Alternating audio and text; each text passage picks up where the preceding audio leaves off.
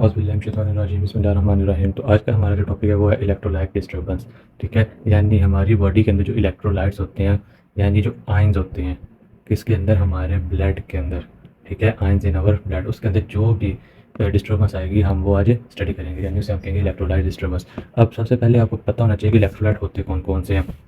तो सबसे पहले जो मेन इलेक्ट्रोलाइट होता है वो कौन सा होता है? सोडियम होता है।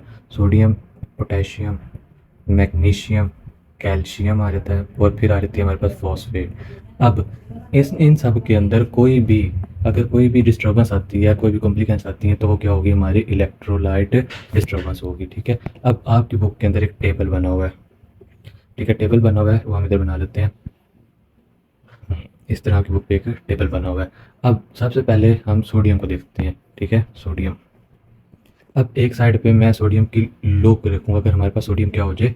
लो हो जाए, लो कंडीशन। दूसरी साइड पे हम रखेंगे सोडियम की हाई कंडीशन, कि अगर क्या हो जाए? सोडियम हमारे पास हाई हो जाए। ठीक है, अब आपको मैंने नेफ्रॉन ट्रांसपोर्ट फिजियोलॉजी में भी पढ़ाया था कि जो हमारा सोडियम होता है वो क्या होता है? मेन कंपोनेंट होता है। ठीक है, मेन कंपोनेंट होता है। आपने इसकी वैल्यू याद रख लेनी है, वो क्या होती है? 136 से लेके 140 तक होती है। ठीक है, ये वैल्यू आपने बोलनी नहीं है, बहुत ही इंपॉर्टेंट, आप एम्ब्रियो के अंदर भी इस वैल्यू को पढ़ेंगे। ठीक है, तो आपने याद रखना है कितनी वैल्यू है? 136 से 140 तक। अब मेन चीज़ जो हम पढ़ने लगे हैं वो क्या है? कि अगर हमारे ब्लड के अंदर क्या हो जाए, हमारी बॉडी के अंदर क्या हो जाए? सोडियम कम हो जाए, तो क्या कंडीशन आती है? सबसे पहले कंडीशन आती है हाइपो। हाइपो मतलब कम हो गया, हाइपोनेट्रीमिया।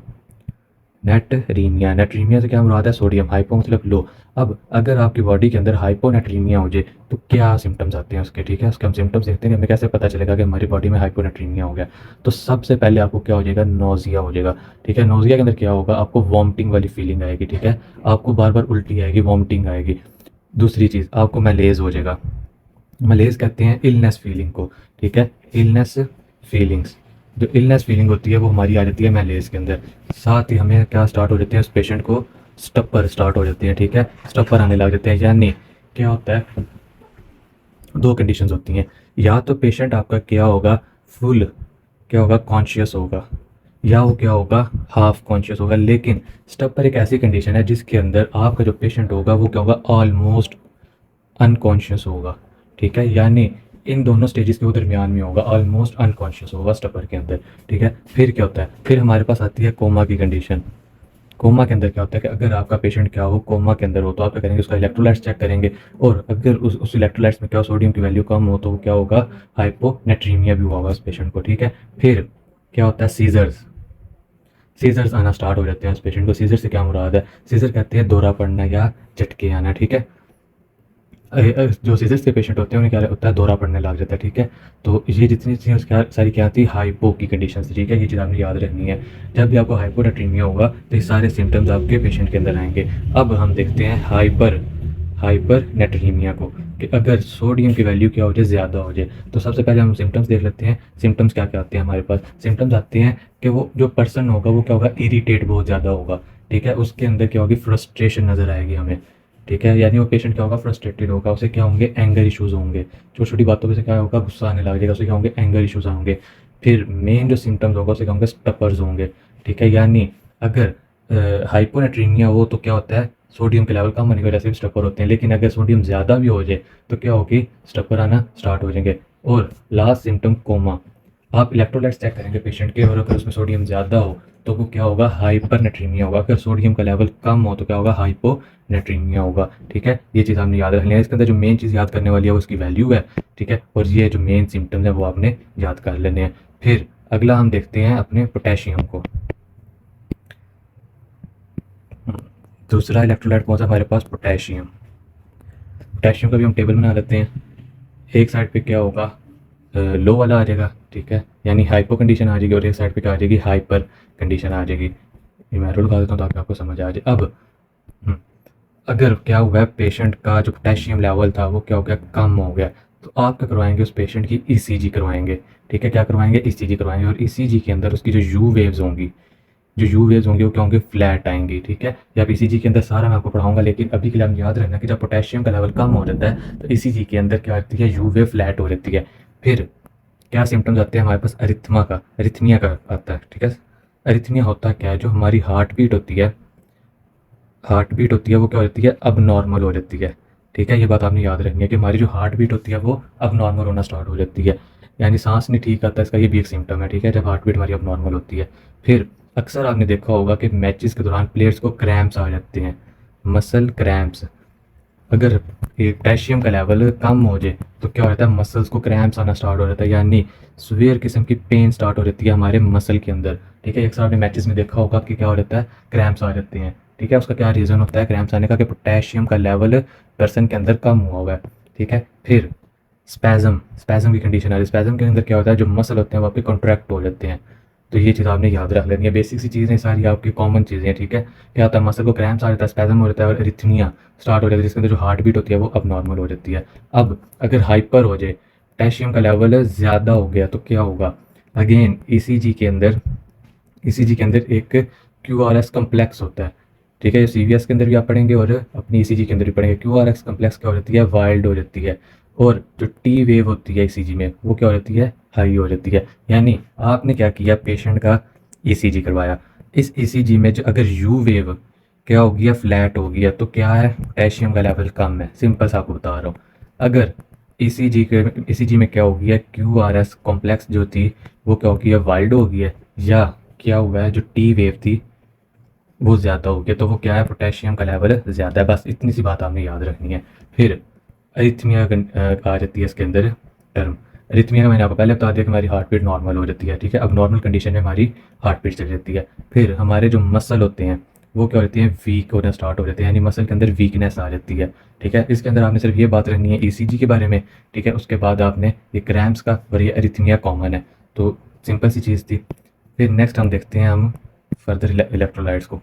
वो क्या है, कैल्शियम। सेम कैल्शियम के अंदर भी क्या होगा, हाई। पहले लो को देखते हैं फिर हम हाई को देखते हैं।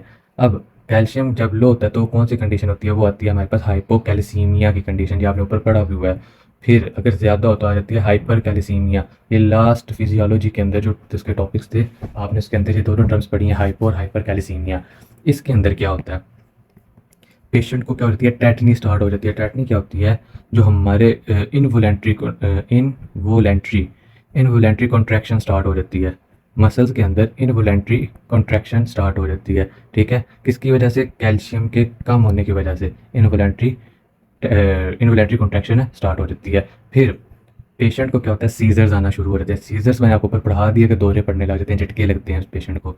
फिर उस ईसीजी अगर आप करवाएं उस पेशेंट की जिसको सीजर्स आ रहे हैं, जिसके अंदर इनवोलेंट्री कॉन्ट्रैक्शन हुई है, आप उस पेशेंट की क्या करवाएं, ईसीजी करवाएं। तो ईसीजी के अंदर क्या होता है, जो उसकी क्यूटी होती है, उसकी जो प्रोलोंगेशन होती है, यानी जो उसकी टाइम ड्यूरेशन होती है, ठीक है, वो चेंज होने लग जाती है, वो प्रोलॉन्ग हो जाती है। ठीक है, नॉर्मल कितनी होती है, नॉर्मल होती है 0.35 से लेकर 0.45 सेकेंड। लेकिन अगर कैल्शियम का लेवल क्या हो जाए, कम हो जाए, तो जो क्यूटी होती है वो प्रोलॉन्ग हो जाती है, यानी इस टाइम से वो या तो ज़्यादा हो जाएगी या वो कम हो जाएगी। ये तीन सिम्टम्स हैं उसके, ये चीज़ आपने याद रख लेनी है किसके, कैल्शियम के लो होने से। फिर अगर कैल्शियम ज़्यादा हो जाए, ठीक है, तो क्या कंडीशन आती है हमारे पास, इसके लिए एक निमोनिक है, वो आपने याद रख लेना है। स्टोन्स, बोन्स, ये आपकी बुक में भी लिखा हुआ है, ग्रोन्स। फिर आ जाता है साइकेट्रिक ओवरटोन्स। यानी क्या है, stones, bones, groans, psychiatric overtones, rhymes mnemonic है, तो ये इजीली आपको याद हो जाएंगे।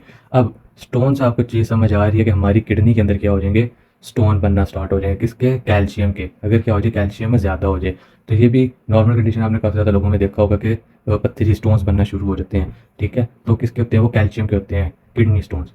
बोन्स पे आ जाते हैं, बोन्स क्या होती हैं, बोन्स के अंदर पेन स्टार्ट हो जाता है, स्टोन्स, बोन्स के अंदर क्या हो जाती है, पेन होना स्टार्ट हो जाता है। फिर नेक्स्ट क्या है हमारा निमोनिक, ग्रोन्स। ग्रोन्स क्या होता है, पेन फील होती है, किसके अंदर, अब्डोमिनल पेन होती है।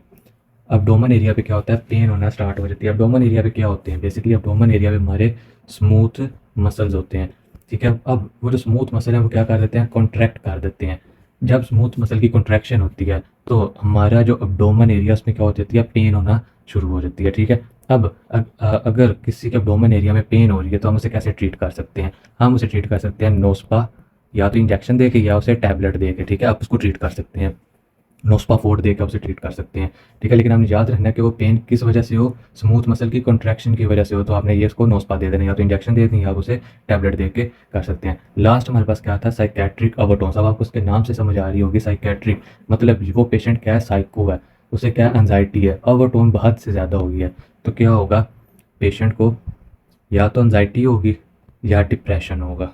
ठीक है, तो ये क्या है, इसके हाइपर कैल्सीमिया के सिम्टम्स हैं। ठीक है, ये चीज़ आपने याद रख लेनी है। अब यहाँ पर लो कैल्शियम में दो साइंस आते हैं, वो मैं आपको बाद में पढ़ाता हूँ, पहले हम दफ़ा ये कंप्लीट कर लें, वो भी बहुत इंपॉर्टेंट है।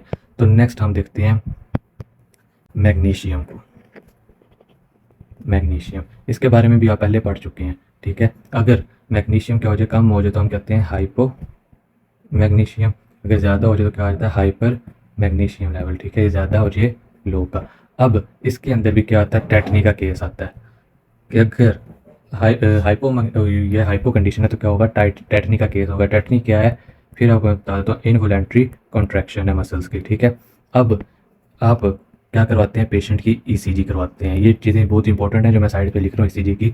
उस ईसीजी के अंदर क्या आता है, टोर्सार्स द पॉइंट आता है, ये आपकी बुक पे भी लिखा हुआ है, टोर्सार्स द पॉइंट आता है। ठीक है, ये क्या चीज़ है, ये चीज़ आपने समझनी है कि जो आपके वेंट्रिकल्स होते हैं हार्ट के, ये मैं आपको लिख देता हूँ, हार्ट के क्या होते हैं, वेंट्रिकल्स होते हैं। ठीक है, उनके अंदर क्या होता है, जो उनका रिदम होता है, वो क्या होता है, फास्ट हो जाता है। ठीक है, ये ईसीजी आपको क्या बताती है, ये जो पॉइंट आता है ईसीजी के अंदर, टोर्सास द पॉइंट, वो बताती है जो आपके वेंट्रिकल्स होते हैं उनका रिदम क्या हो जाता है, फास्ट हो जाता है, जिसकी वजह से क्या होता है, ट्रैकीकार्डिया जिसे हम कहते हैं। ठीक है, ट्रैकीकार्डिया की कंडीशन आ जाती है। तो ये चीज़ आपने याद रखनी है कि जब भी मैग्नीशियम का लेवल लो होगा तो क्या पॉइंट हमें मिलेगा ईसीजी के अंदर, ये वाला पॉइंट हमें मिलेगा। फिर हाइपोक्लीमिया आ जाता है उस पेशेंट को, या हाइपोकैल्सीमिया। ठीक है, अब ये दोनों कंडीशंस कब अवेलेबल होती हैं, ठीक है, कब उस पेशेंट के अंदर नजर आएंगी, जब क्या हो, मैग्नीशियम का लेवल लो हो जाए, कितना, 1.0 तक।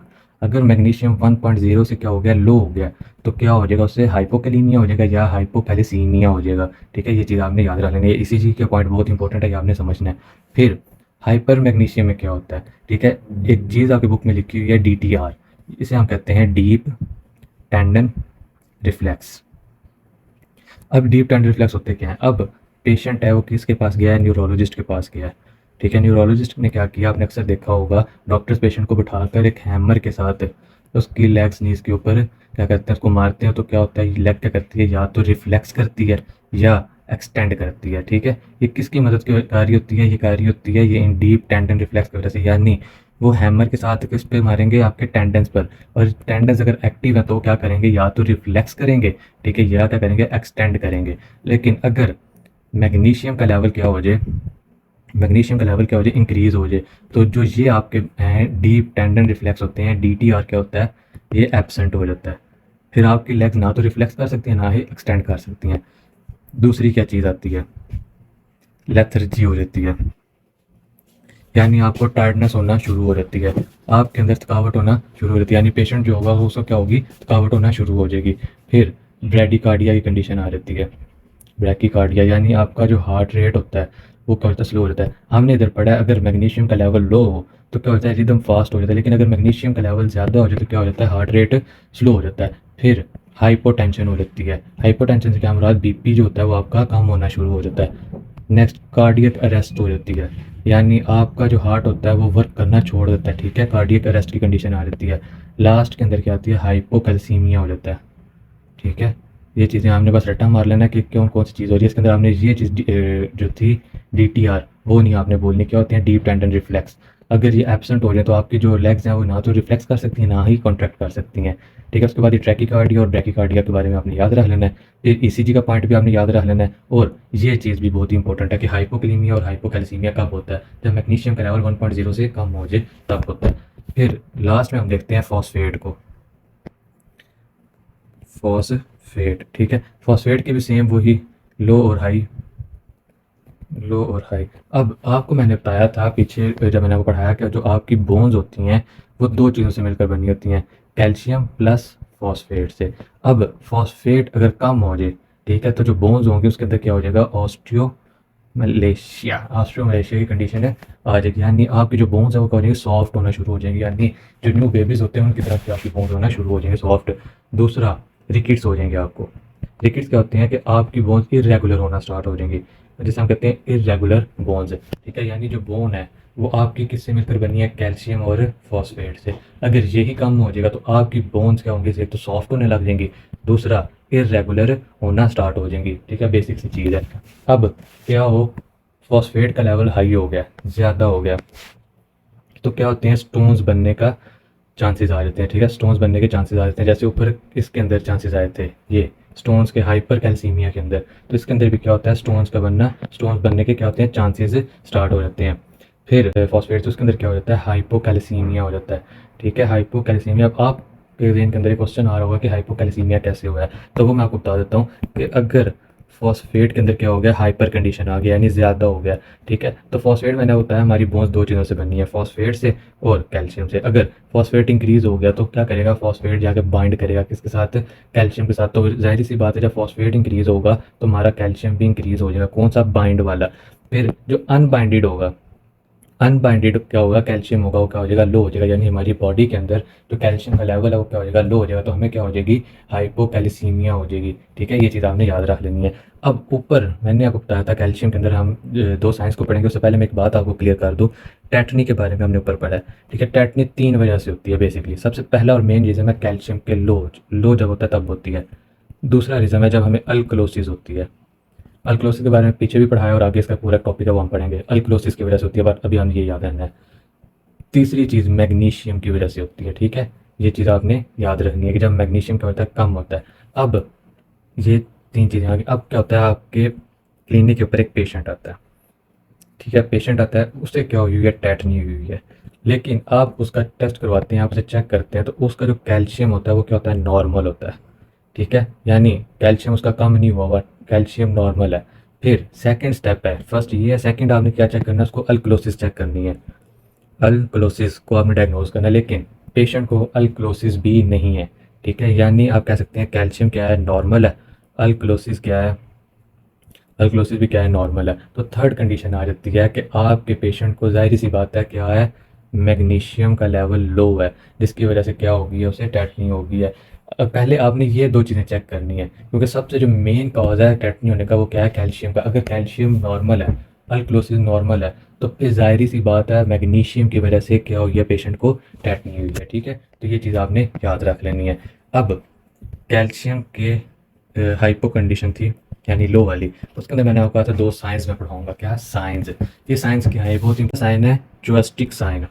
जोस्टिक साइन कौन सा है, जोस्टिक साइन है। इसके अंदर क्या होता है कि आप पेशेंट की जो चिक्स हैं, उसकी जो गालें हैं, ठीक है, चिक्स हैं, आप क्या करते हैं, उन पर टैप करते हैं, उन उंगली के साथ उन्हें क्या करते हैं, दबाते हैं, टैप करते हैं, पिंच करते हैं, किस्म का आप यही समझ लें।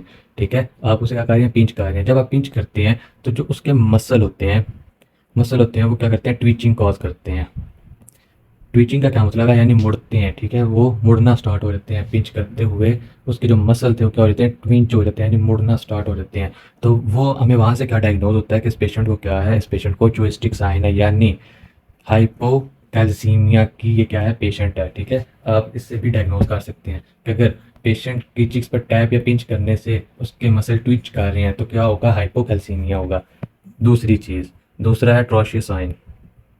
ट्रोशियो साइन, इसके अंदर क्या होता है कि आप पेशेंट का जब बीपी चेक करते हैं तो आपको पता है बीपी अपरेटस के अंदर एक कफ होता है। ठीक है, अगर आपने कभी बीपी चेक किया या आपने कभी बीपी अपरेटस देखा है तो उसके अंदर एक कफ होता है जो आप किधर लगाते हैं, बाजू पर लगाते हैं, आर्म पर लगाते हैं, जिससे आप बीपी चेक करते हैं। अब जब उस कफ को क्या करेंगे, इन्फ्लेट करेंगे, यानी आप उसके अंदर जब हवा भरेंगे तो क्या होगा, वो मसल को अगर क्या कर दे, कॉन्ट्रैक्ट कर दे, तो वो किस चीज़ का साइन होगा, वो साइन होगा ट्रोशिया साइन होगा। उसे हम क्या कहेंगे कि क्या है, ट्रोशिया साइन है। तो अगर ट्रोशिया साइन आएगा तो हमारे पास सीधी सी बात है क्या कंडीशन आ जाएगी, हाइपो कैल्सीमिया की कंडीशन आ जाएगी। दोनों के अंदर क्या होंगे, मसल एक तो ट्विंच होगा और दूसरा मसल या तो क्या हो जाएगा, कॉन्ट्रैक्ट हो जाएगा। ठीक है, आपने क्या किया, पेशेंट को बीपी चेक करते हुए क्या लगाया, कफ लगाया। कफ के अंदर जब आपने हवा भरी, उसे फुलाया, इन्फ्लेट किया, तो क्या हो गया, उसके जो मसल थे वो क्या हो गया, कॉन्ट्रैक्ट हो गया। अब आपने चेक करना है कॉन्ट्रैक्ट क्यों हुआ, तो कॉन्ट्रैक्शन की रीज़न यही है कि उसके अंदर जो कैल्शियम का लेवल है वो क्या है, लो हो गया। ठीक है, जिसकी वजह से क्या हो गया है, उसका मसल कॉन्ट्रैक्ट हो गया। ये था आज का हमारा टॉपिक। अभी हमने ये टॉपिक पढ़ा इलेक्ट्रोलाइट डिस्टर्बेंस का, ठीक है। इसके अंदर ये सारे क्या है, आपके इलेक्ट्रोलाइट्स हैं, ठीक है। ये क्या है, लो कंडीशन है यानी हाइपो है, और ये क्या है, हाइपर यानी हाई कंडीशन है सबकी, इनमें जितने भी इलेक्ट्रोलाइट्स हैं। तो इनके अंदर जितने मैंने ये हाईलाइट किए हैं, ये आपने हाईलाइट कर लेने, ये एमसीक्यूज़ के लिए बहुत ही इंपॉर्टेंट है, ठीक है। सोडियम के अंदर भी हमने देख लिया, नौजिया होता है, मलेज होता है, स्टपर होता है। स्टपर क्या होता है, हाफ अनकॉन्शियस था, कोमा होता है, सीजर्स होते हैं। सीजर कहते हैं, सीजर्स में क्या होता है, दौरे पड़ते हैं, ठीक है। फिर इरेटेबिलिटी होती है, गुस्सा आता है, एंग्जाइटीज होते हैं, स्टपर आता है, कोमा आता है, किसके अंदर, हाई सोडियम के अंदर। पोटेशियम में क्या होता है, इसी आप करवाते हैं, यूवी फ्लैट हो रहती है और टी वेव से भी फ्लैट हो रहती है, ठीक है। ये सारा आप खुद भी पढ़ सकते हैं, ईज़ी है, कोई मसला नहीं है।